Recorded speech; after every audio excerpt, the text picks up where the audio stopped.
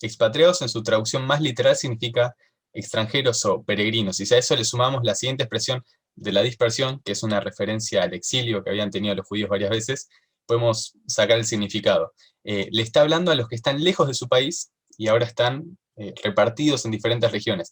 Y si leemos el versículo 2, sabemos además que fueron quienes fueron limpiados con la sangre de Jesús. De manera que Pedro, en los primeros 2 versículos, hace una síntesis de lo que va a exponer más adelante. Y a través de toda la epístola va a seguir manteniendo esa línea. Que los creyentes en Jesús perdimos nuestra identidad nacional o cultural y vivimos ahora como pasajeros, como peregrinos esparcidos por el mundo. ¿Por qué? Porque desde que Jesús nos salvó la vida, ahora somos parte de su país, de su reino. Entonces vamos a el primer punto, que es el regalo. Y Pedro empieza hablando de ese regalo que Dios nos hizo a través de Jesús. Si vamos al versículo 3, y cito, dice, bendito sea el Dios y Padre de nuestro Señor Jesucristo, que por su gran misericordia y mediante la resurrección de Jesucristo, nos hizo nacer de nuevo a una esperanza viva, para que recibamos una herencia incorruptible, incontaminada e inmarcesible, es decir, que no se marchita. Esta herencia les está reservada en el cielo a ustedes, que por medio de la fe son protegidos por el poder de Dios para que alcance la salvación ya lista para revelarse cuando llegue el momento final. Y versículo 9 termina diciendo, cerrando la idea, obteniendo así el fin de su fe, que es la salvación de su alma. Y en esto es en lo que se va a apoyar Pedro para escribir esta epístola. Nosotros, todos los seres humanos, habíamos roto las leyes de Dios, y Dios, que es santo y tenía que satisfacer su necesidad de justicia, tenía que hacernos pagar por eso. Pero como leímos, también tuvo mucha misericordia por nosotros, de manera que nos dio una solución para que se haga justicia, pero al mismo tiempo teniendo compasión de los que éramos culpables. Y la Biblia dice en 2 Corintios 5:18 que Dios nos reconcilió consigo mismo por medio de Jesús. ¿Y cómo hacemos para ser parte de esa solución? Bueno, Jesús mismo dijo en Marcos 1:15, arrepiéntanse y crean la buena noticia. ¿Y cuál es esa buena noticia? Bueno, que Jesús puso su vida en lugar de la nuestra. Y que si creemos en lo que hizo y nos arrepentimos, estamos seguros de que un día vamos a resucitar como Él lo hizo para estar para siempre con Dios. Marcos 16:16 dice, el que crea y se bautice va a ser salvo, pero el que no crea va a ser condenado. Y parece quizás algo, no sé, un poco sencillo, parecería que uno debería hacer algo más para tener la garantía de estar siempre con Dios, ¿no? Pero afortunadamente eso es todo lo que hay que hacer. Y no lo digo yo, Efesios 2:8 dice que por gracia, o sea, de regalo, somos salvos, por medio de la fe. Y esto no de ustedes, aclara, porque es un regalo de Dios. Y aclara, de vuelta por si quedaron dudas, no es por obras. Es decir, que no hay algo que yo pueda hacer para ganármelo, no tengo que poner plata, no tengo que hacer cosas buenas por los demás, no tengo que viajar a ningún lugar. Si creo en lo que Jesús dijo y me arrepiento de las cosas que Dios dice son pecado, puedo estar seguro de que soy un hijo o una hija de Dios para siempre. Romanos 8:1 dice, ahora por lo tanto no hay ninguna condenación para los que están en Cristo Jesús, los que no andan conforme a la carne, sino conforme al Espíritu Santo. Después vamos a aclarar ese versículo un poco más adelante. Pero lo importante es el hecho de que nosotros no vamos a ser condenados, porque si nos arrepentimos y creímos las palabras de Jesús, Él ya pagó nuestra condena, así que estamos libres de la ley. Y en los versículos siguientes nos cuenta de quienes estuvieron esperando ese momento histórico en el que alguien iba a salvar al mundo de sus pecados para siempre.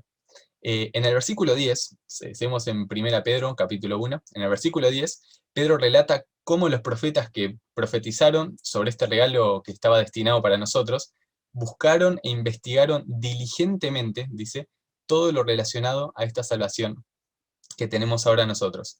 Y leemos en el versículo 11 que ellos querían determinar a quién y a qué momento se refería el Espíritu de Cristo que estaba en ellos, que fue quien les reveló el futuro, porque los seres humanos no tenemos esa capacidad, al menos hasta donde yo sé, eh, cuando anunciaba de antemano los sufrimientos de Cristo y las glorias que él seguirían. Se les reveló que los mensajes que habían recibido no eran para ellos, sino, como dice Pedro acá, para ustedes, o sea, para nosotros. Dios les hizo saber que su tarea no era para ellos, sino para nosotros y que solo administraban lo que ahora se nos contó, el Evangelio de Salvación. Pero no solo a los profetas hace muchos años les fascinaba el día en que esto iba a pasar, sino que, como dice el versículo 12 al final, son cosas que los mismos ángeles tienen el deseo, las ganas de estar mirando. Entonces, ¿qué es lo que está haciendo Pedro cuando escribe todo esto? Nos está mostrando lo hermoso y lo único del regalo de Jesús, y también lo mucho que otras personas, e incluso ángeles, querían verlo y estudiarlo. Pero bueno, ¿por qué vimos todos estos versículos para finalmente leer el 13, que es donde dijimos que íbamos a poner el foco? Porque el versículo 13, si se fijan, empieza diciendo, por lo tanto. De manera que lo que viene a continuación se apoya en lo que se estaba planteando antes. Y esas pequeñas frases sí, son cruciales a la hora de entender y estudiar la Biblia. Y bueno, cualquier otro texto también. Si en algún lugar leen, por lo tanto, entonces, por eso, preste mucha atención a lo que... bueno, preste mucha atención porque no se puede entender bien lo que viene sin haber visto lo que estaba escrito antes. Entonces lo que viene a continuación es la consecuencia lógica de haber sido perdonados, de ser acreedores de una salvación tan grande y tan maravillosa como estuvimos viendo. Que bueno, es el punto de encuentro perfecto entre la justicia y la misericordia de Dios, que son dos conceptos que parecen completamente contrarios, pero que Dios logró reconciliar. Y pasamos entonces al segundo punto, que habla de una mente atemporal. Leemos en el versículo 13, ahora sí, capítulo 1, versículo 13 de Primera Pedro. Por lo tanto, enderecen la espalda de su intelecto, sean sobrios, pongan toda su esperanza en la salvación inmerecida que van a recibir cuando Jesucristo sea revelado al mundo. Esto de enderezar la espalda de nuestro intelecto significa estar erguido, no relajado, sino que atento, tener la mente despierta y lista. Y esa idea la refuerza agregando el estén sobrios, de manera que no haya nada que interfiera con este estado de alerta de un intelecto funcionando sin ninguna restricción. Y Pedro no es el único que plantea esta idea, sino que también la podemos encontrar en Romanos 12:2, que dice, no tomen la forma de esta época, sino transfórmense, o como se traduce literalmente, hagan una metamorfosis por medio de la renovación de su mente. Y 1 Corintios capítulo 2 al final también agrega a esta idea diciendo que nosotros tenemos una mente distinta, que tenemos la mente de Cristo. Entonces, en primer lugar, una de las consecuencias, uno de los efectos o conclusiones de nuestra fe es tener una manera de pensar atemporal, que no toma la personalidad de una época, de un país, de una ideología política o de una persona, sino que mantiene la forma de pensar que tuvo y que tiene Jesús. Sin embargo, esto no es algo automático o que nos salga naturalmente, sino Pedro no lo escribiría como una orden. Evidentemente, una vez que ponemos nuestra fe en lo que Jesús hizo por nosotros, tenemos la posibilidad de renovar y alinear nuestra forma de pensar a la de Jesús. Pero eso depende de si queremos hacerlo o no. Y aparentemente muchas veces elegimos no hacerlo. Y aunque hay personas que tienen un carácter parecido al de Jesús, la realidad es que la mayoría de los llamados cristianos muchas veces no somos así, y la mayoría no somos así. Eh, pero Dios nos está invitando, a través de Pedro, a ser de esa forma, a pensar siempre como Jesús. Eh, Algunas personas pasan por situaciones en su vida que hacen que se replanteen todo su carácter. Muchas veces tiene que ver con una enfermedad bueno, son los momentos donde ponemos nuestra vida en más perspectiva, ¿no?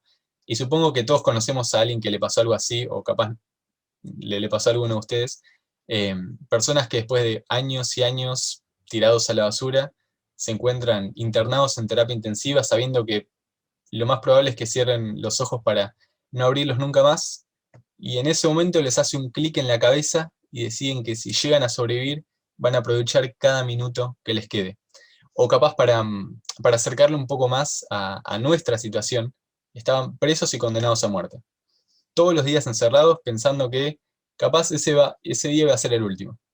Y de repente aparece alguien que voluntariamente y sin que se lo pida, muere en su lugar. Y esa persona que ahora sale de la cárcel libre tiene dos alternativas. Seguir haciendo lo que hacía como si nada hubiese cambiado, o entender que se le dio una segunda oportunidad y cambiar.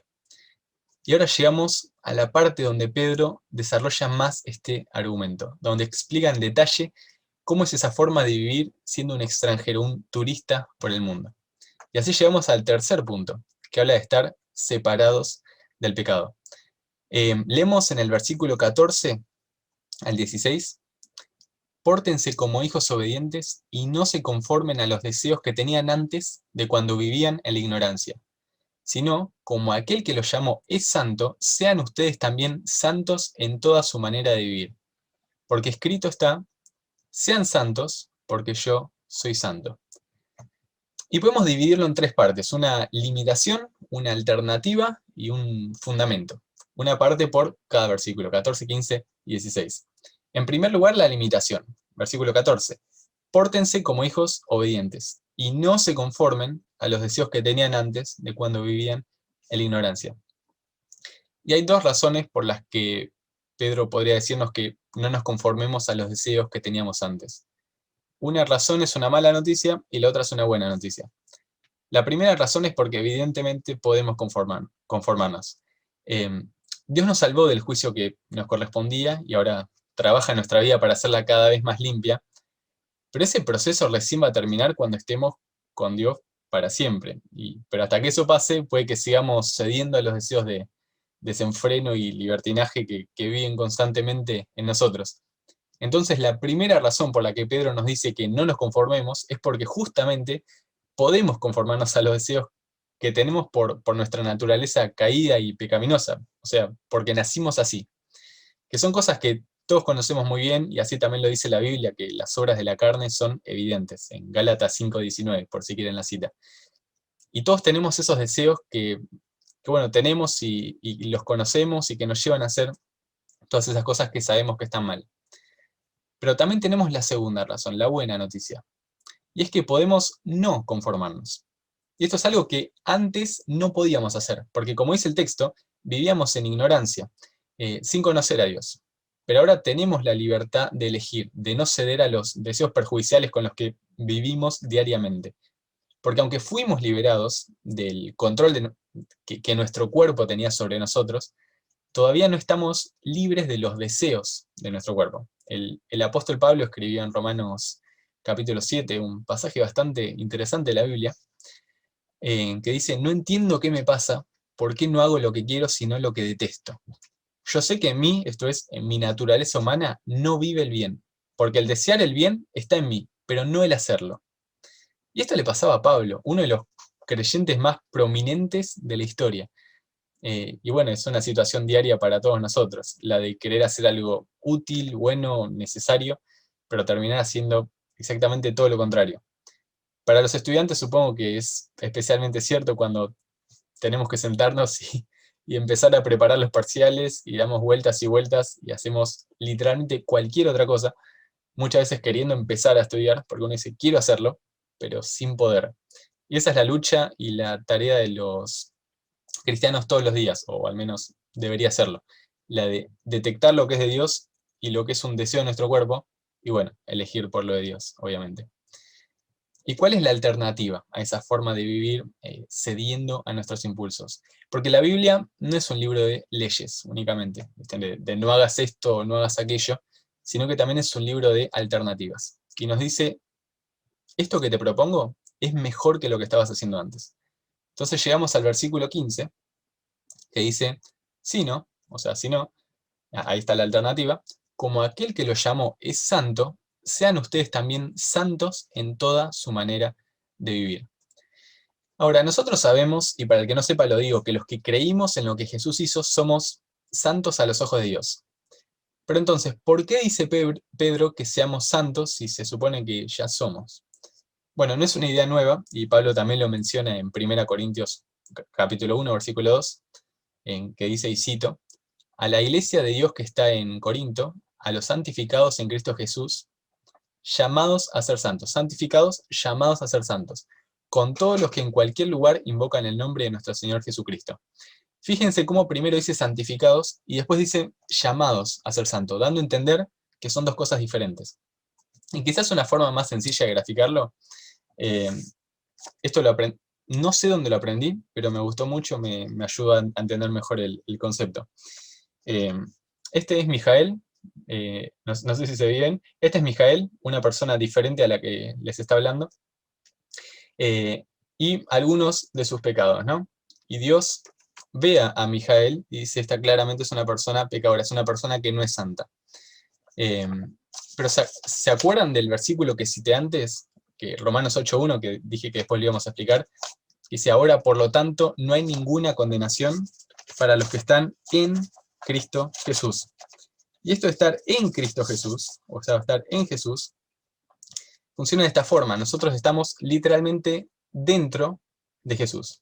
De manera que cuando Dios nos ve a Jesús, de manera que nos ve santos. Nosotros seguimos siendo personas pecadoras, pero para Dios, que nos ve a través de Jesús, ya no somos. O sea, somos santos. Sin embargo, o sea, podemos decir que en lo legal somos para Dios santos, pero en lo que es conductual, todavía no. Y eso es un proceso que dura toda la vida. Y por eso Pedro dice que nuestra conducta tiene que correlacionarse con nuestra identidad. Fuimos santificados y por lo tanto comportémonos de acuerdo a esa identidad. ¿Y cuál es el fundamento? ¿O en qué se apoya Pedro para decir eso? Y llegamos al versículo 16 que dice, porque está escrito, sean santos porque yo soy santo. Y esto no le está diciendo Pedro de sí mismo. Esta es una cita del Antiguo Testamento que se repite al menos 5 veces y está citando a Dios directamente. Dios dice que seamos santos porque Él es santo. Y este es un estándar bastante alto porque en general la gente, muchas veces uno mismo, piensa que siendo una buena persona es suficiente. Sí. Si a uno le preguntan, ¿sos una buena persona? En general uno dice, sí, ¿y cómo es una buena persona? Bueno, como yo. O sea, uno es su propio juez. O que si uno es mejor que la persona promedio, entonces se alcanza. Pero ¿cuál es el parámetro que tenemos nosotros? Dios. Como dijimos antes, tenemos que cambiar nuestra forma de pensar y no ser influenciados por lo que la cultura o la sociedad nos digan. Ni siquiera podemos tomar, esto es interesante, ni siquiera podemos tomar como parámetro a otros creyentes. Eh, Cuando Jesús estuvo en la tierra y le enseñaba a los judíos, muchos se sorprendían de que hablaba distinto a los demás y que hablaba con autoridad. Y está bien, era Dios hablando en forma humana, así que seguramente hablaba con mucha confianza. Pero si además vemos cómo funcionaba la enseñanza rabínica de la época, podemos entender todavía mejor la diferencia entre un maestro rabino y Jesús. La enseñanza de los rabinos no estaba basada en las palabras de Dios únicamente, sino también en la de otros rabinos, ¿viste? Tenían textos paralelos. Es parecido a cómo funciona nuestro sistema judicial, en donde si un juez toma una decisión, sienta un precedente para próximos juicios. Pasaba igual en ese momento, y en la actualidad todavía funciona de forma similar para muchos judíos. Y se levanta Jesús a enseñar, y no apoya lo que dice con escritos rabínicos. Usa solo la palabra de Dios. Y para ese momento fue revolucionario, y muchos estaban sorprendidos de sus formas, y muchos otros llegaron a odiarlo. Pero lo importante, y es lo que quiero destacar, es que no seguía lo que otros religiosos decían, sino solo lo que Dios dice. Así que como consejo, nunca le creamos a alguien que dice ser cristiano y lo que está diciendo no tiene fundamento sólido en las palabras de la Biblia. Todo lo que decimos sobre Dios y nuestra vida en relación con Él tiene necesariamente que estar apoyado en la Biblia, si no, no sirve. Y a veces medimos qué tan buenos somos mirando a la gente a nuestro alrededor o creando nosotros mismos una lista de lo que está bien y mal, o según lo que hagan algunas personas que tomamos como modelo. Pero como cristianos de vuelta, estamos llamados a una vida mucho más desafiante. Tenemos que parecernos a Dios mismo y no importa nada más. Y hay un detalle que Eduardo marcó hace unos años cuando también estuvo hablando de este versículo, eh, que está escrito porque yo soy santo y no como yo soy santo. Dios no nos está pidiendo que tengamos su nivel de santidad y perfección porque es absolutamente imposible, pero nos está pidiendo que nos acerquemos lo máximo posible, porque si somos hijos de este ser que nos salvó para toda la eternidad, si pusimos nuestra fe en Él y creemos que, que Él es nuestro modelo, entonces tendríamos por una cuestión lógica, que imitar su forma de ser, su carácter. El resultado lógico de que nuestra vida ahora tenga una esperanza de que tengamos una nueva nacionalidad, de que si morimos sabemos que vamos al cielo, de que tengamos la libertad de no conformarnos al sistema o a nuestros propios deseos. El resultado de todo eso debería ser que queramos parecernos a Jesús cada día un poco más. Entonces, para cerrar, con una síntesis del razonamiento de Pedro en este pasaje, Dios nos dio un regalo increíble, una esperanza y una segunda oportunidad, y por lo tanto deberíamos trabajar para tener una mente atemporal que solo se parezca a Jesús y vivir también separados del pecado. Seamos santos porque Dios es así y nosotros queremos parecernos. Y cerramos con 2 versículos que sintetizan lo que vimos hasta ahora.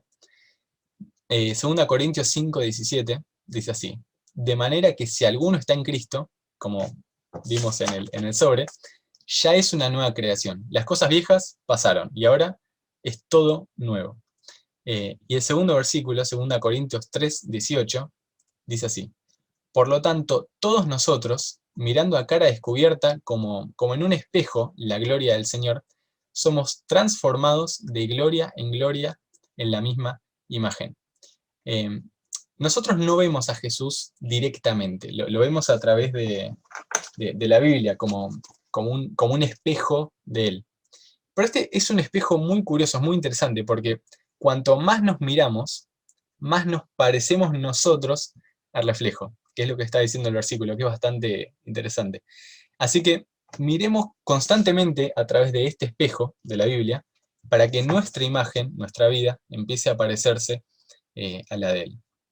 Y bueno, el jueves que viene vamos a seguir con este pasaje y vamos a ir hasta el versículo 25, así que si tienen ganas estaría bueno que lo lea o estudien, así aprovechamos más la próxima reunión.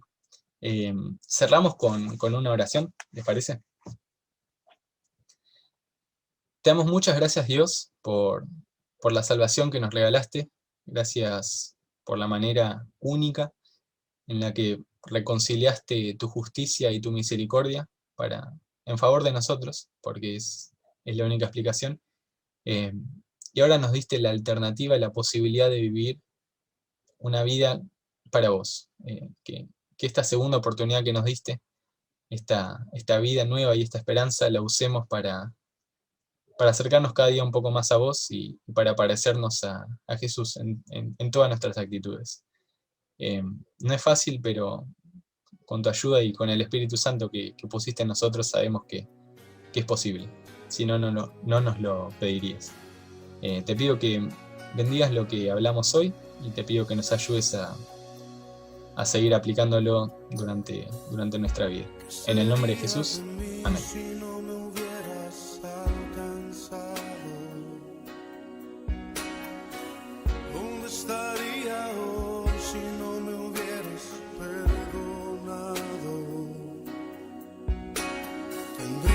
Vacío en mi corazón, vagaría sin rumbo, sin dirección. Si no fuera por tu gracia y por tu amor, si no fuera por tu gracia y por tu amor, sería como un pájaro suelo, sería como un ciervo que brama por agua en un desierto. Si no fuera por tu gracia y por tu amor, si no fuera por tu gracia y por tu amor,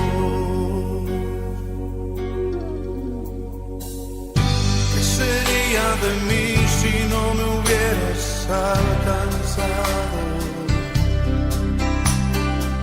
¿Dónde estaría hoy si no me hubieras perdonado? Tendría un vacío en mi corazón, vagaría sin rumbo, sin dirección. Si no fuera por tu gracia y por tu amor, si no fuera por tu gracia y por tu amor, sería como un pájaro herido que se muere en el suelo. Sería como un ciervo que brama por agua en un desierto. Si no fuera por tu gracia y por tu amor, si no fuera por tu gracia y por tu amor. Señor, reconocemos que sin ti estaríamos perdidos. Reconocemos que sin ti no tendríamos nada, oh Dios. Pero tú por tu misericordia nos has alcanzado y por tu gracia nos has hecho libres. Por eso te bendecimos en esta noche, Señor. Si no fuera por tu gracia y por tu amor, si no fuera por tu gracia y por tu amor, sería como un pájaro herido que se muere en el suelo. Sería como un ciervo que brama por agua en un desierto. Si no fuera por tu gracia y por tu amor, si no fuera por tu gracia y por tu amor, si no fuera por tu gracia y por tu amor.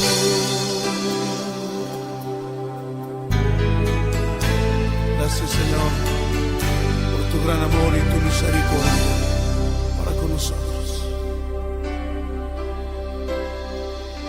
Sí, Padre. Sí, Señor. Oh, te damos gloria.